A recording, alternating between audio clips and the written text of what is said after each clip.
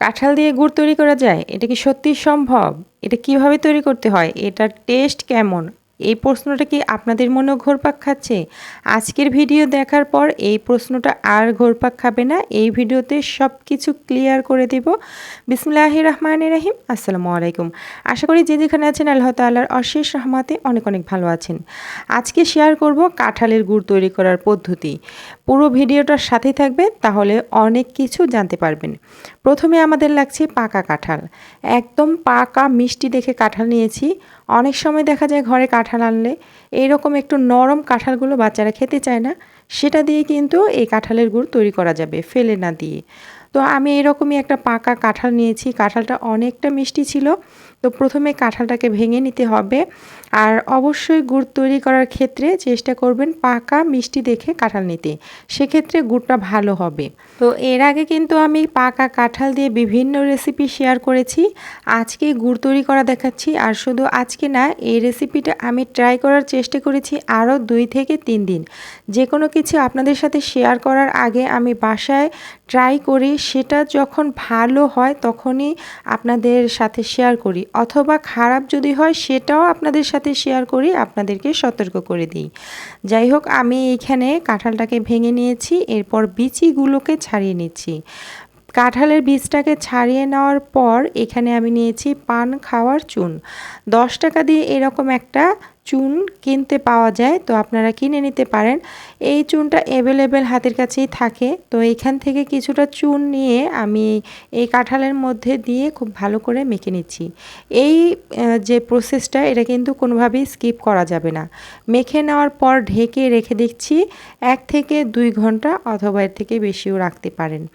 তো যখন 1-2 ঘন্টা রেস্টে রাখা হবে, এরপর ঢাকনা খুলে নিচ্ছি। দেখতেই পারছেন যে এই যে কতটা পানি উঠে এসেছে, মানে কাঁঠালের রস বের হয়েছে। এটাকে চটকে নেওয়া যাবে না, এই অবস্থাতেই কাঁঠালের রসটাকে আলাদা করতে হবে। আমি প্রথমেই একটা স্ট্রেনারের মধ্যে ঢেলে নিয়েছিলাম রসটাকে বের করার জন্য। পরবর্তীতে দেখলাম যে এই ছাঁকনির মধ্যে নিয়ে খুব ভালোভাবে রসটা বের করা যাচ্ছিল না, তাই আমি পরবর্তীতে একটা সুতি কাপড়ের মধ্যে নিয়ে খুব ভালো করে চেপে চেপে পুরো রসটাকে এর থেকে বের করে নিয়েছি। এই যে আমার এতটুকু রস বের হয়েছে, রসটা দেখেন কত সুন্দর, একদম টলটলে। এখানে কিন্তু কাঁঠাল চটকে কাঁঠালের কাত নেওয়া যাবে না। এরপর চুলায় একটা হাঁড়ি বসিয়ে এর মধ্যে কাঁঠালের রসগুলোকে ঢেলে দিয়েছি। এখন শুধু একটাই কাজ, এটাকে জাল করতে হবে। তো এটা কিন্তু বেশ কিছুক্ষণ ধরে জাল করতে হয়।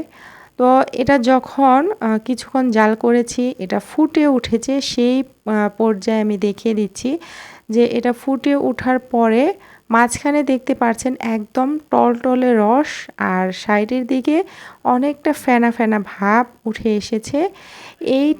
এই ফেনাগুলোকে চামচ দিয়ে উঠিয়ে নিতে হবে। অবশ্যই এই কাজটা করতে হবে। এখানে আমরা চুন ব্যবহার করেছি, তো এই যে ফেনা ফেনা ভাব হয়ে চুনটা আলাদা হয়ে যাবে, এবং এই যে কাঁঠালের রসটা, যত ফেনা আপনি তুলতে থাকবেন রসটা ততটাই স্বচ্ছ হতে থাকবে, গুড়ের কালারটা ততটাই চকচকে হবে। এই কাজটা শুরু থেকে শেষ পর্যন্ত করতে হবে। তো এটা আমি জাল করতে থাকছি, আর কিছুক্ষণ পর পর এই যে ফেনা ফেনা ভাবটা উঠে আসছে, সেগুলোকে চামচ দিয়ে উঠিয়ে নিচ্ছি। এটা কিন্তু একদম লং প্রসেসে গুড়টা তৈরি করতে হয়, মানে অনেকটা সময় লাগে। তো বেশ কিছুক্ষণ জাল করার পর ফিরে আসছি। যখন বেশ কিছুক্ষণ জাল করা হবে, ধীরে ধীরে কিন্তু এই যে রসের কালারটা, সেটা চেঞ্জ হতে থাকবে, অনেকটা লালচে কালার ধারণ করবে। দেখতেই পারছেন কালারটা অনেকটা চেঞ্জ হয়ে গেছে, এখানে লালচে কালার চলে এসেছে। আর আমি এই যে কাজটা, ফেনা উঠানোর কাজটা, এটা কিন্তু চালু রেখেছি। আমি যে বলবো যে এটা সামনে দাঁড়িয়ে থাকতে হবে, সেটা কিন্তু না। আপনি মাঝে মাঝে এসে এই ফেনাগুলোকে তুলে দিবেন, এতে করে গুড়টা অনেক চকচকে হবে। আর পরবর্তীতে আপনি এই ফেনাটা তুলতে থাকবেন, আর অন্য সমস্ত কাজ করতে পারবেন। তো এতক্ষণ সময় ধরে দাঁড়িয়ে থাকার দরকার নেই, এটা শুধুমাত্র জাল হতে থাকবে, মাঝে মাঝে একটু নেড়ে দিলেই হবে। তো এই কাজটা করতে একটু সময় লাগে। প্রথমে আমি ভেবেছিলাম যে এতটা সময় ধরে জাল করে আমার চুলার গ্যাস নষ্ট হচ্ছে, আমার সময় নষ্ট হচ্ছে, কাঁঠালগুলো হয়তো নষ্ট হয়ে যাচ্ছে। তো এটা মনে ভয়ে ভয়ে রেখেই কিন্তু আমি এই গুড়টা তৈরি করেছিলাম প্রথমে। তো আমার একটা বদভ্যাস হচ্ছে, যেটা আমার মাথায় আসে সেটা ট্রাই না করা পর্যন্ত শান্তি নেই। আর সেটা আপনাদের সাথে শেয়ার করি আমি। আপনারা বিভিন্ন ভিডিওতে দেখেছেন আমি কিন্তু যেটা আমার মাথায় আসে সেটাই আমি ট্রাই করি। এটা আমার বদভ্যাস না ভালো অভ্যাস জানি না। একটা আপু এর আগের ভিডিওতে কমেন্ট করেছিলেন যে এটা বদভ্যাস না, এটা একটা রোগ। হতে পারে এটা একটা রোগ, সেটা ভালো কিংবা খারাপ হোক, এটা আমার না করা পর্যন্ত শান্তি নেই। তো আজকে এই গুড়টা ট্রাই করেই ফেললাম। প্রথমে ২ বার কিন্তু আমি কাঁঠালগুলোকে রস তৈরি করা পর্যন্ত মানে প্রসেসটা করেছিলাম। পরবর্তীতে আর এইভাবে জ্বালিয়ে গুড় তৈরি করিনি। তো আজকে এটা তৈরি করে ফেলেছি আর ভিডিওটা আপনাদের সাথে শেয়ার করেছি যাতে আপনারাও একটু উপকার পেতে পারেন। আমার মতো যাদের মনে এইরকম আশঙ্কা আছে যে গুড় হবে কিনা, তাদের জন্য মানে এই ভিডিওটা তৈরি করা। তো যাই হোক, বেশ কিছুক্ষণ সময় ধরে জাল করতে করতে দেখতে পারছেন একদম কালারটা চেঞ্জ হয়ে গেছে আর এটা অনেকটা ঘনত্বে চলে এসেছে। মানে ঘনত্বটা এরকম অবস্থায় আছে, আঠালো আঠালো ভাব, আর কালারটা একদম ঝোলা গুড়ের কালার চলে এসেছে। তো এই পর্যায়ে হাতে নিয়ে দেখে নিচ্ছি এইরকম আঠালো ভাব চলে এসেছে, তবে এটা এখনও পর্যন্ত তৈরি হয়নি। আরও কিছুক্ষণ আমি জাল করব। জাল করার পর আপনাদের দেখিয়ে দিব যে এটা কেমন হয়েছে। মানে এটা যদি অনেকটা পাতলা থাকে সেক্ষেত্রে এটা ভালো হবে না, এটাকে জাল করে আরও একটু ঘন করতে হবে। তো এটা তৈরি হওয়ার পর অনেকটা যে খেজুরের গুড় ঝোলা গুড়টা থাকে সেরকমই লাগে। তো আরও কিছুক্ষণ জাল করার পর আমি হাতের মধ্যে নিয়ে একটু দেখে নিচ্ছি। দেখতে পাচ্ছেন মোটা একটা তারের সৃষ্টি হচ্ছে, বোঝাই যাচ্ছে যে এটা অনেকটা আঠালো হয়ে গেছে।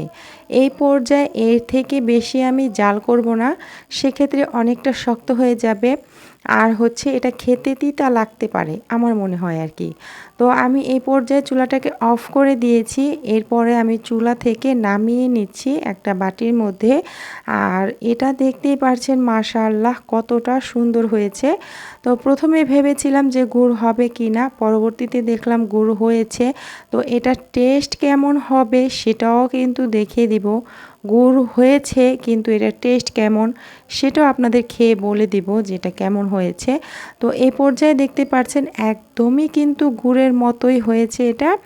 এটাকে আমি খুব ভালো করে কেচে তারপরে আমি বাটিতে নিয়ে নিয়েছি। এরপর যখন পুরোপুরি ঠান্ডা হয়ে গেছে তখন আপনাদের দেখাচ্ছি যে কতটা পারফেক্ট হয়েছে। তো এটা কিন্তু একদমই গুড়ের মতো দেখতেও হয়েছে আর অনেক সুন্দর একটা ঘ্রাণ বের হচ্ছে। তো এটার টেস্ট কেমন সেটাও বলে দেব। তো এটা আপনারা বাসায় ট্রাই করতে পারেন, গুড় কিন্তু হয়। তো যাদের মনে ভয় ছিল তাদের নিশ্চয়ই এটা আজকের পর থেকে আর থাকবে না, দূর হয়ে যাবে। তো এটা খেতে কেমন হয়েছে বিসমিল্লাহ বলে আমি একটু টেস্ট করে দেখি আর আপনাদের বলে দিব যে এটা কেমন হয়েছে। বিসমিল্লাহ। তো এটার টেস্ট কিন্তু মোটামুটি ভালো। এটা খেতে একদম গুড়ের মতোই লাগে। অনেকটা যে খেজুরের গুড় চিনি চিনি ভাব লাগে সেরকম কিন্তু না, একদম ন্যাচারাল উপায়ে কাঁঠালের তৈরি গুড়। এটার টেস্ট একদমই আলাদা, আমার কাছে অনেক ভালো লেগেছে। তবে আমি বলবো এটা দিয়ে পিঠা তৈরি করা যাবে না। এটা আপনারা রুটি দিয়ে খেতে পারেন, মুড়ি দিয়ে খেতে পারেন, শুকনো চিতই পিঠা দিয়ে খেতে পারেন, অন্যভাবে এটাকে ট্রাই করতে পারেন, মানে অন্য কিছু দিয়ে পরিবেশন করতে পারেন। অর্ধেক কাঁঠাল দিয়ে আমি এতটুকু গুড় পেয়েছি। আশা করি রেসিপি ভালো লেগেছে। আজকে বিদায় নিয়ে নিচ্ছি। সবাই ভালো থাকবেন। আল্লাহ হাফেজ।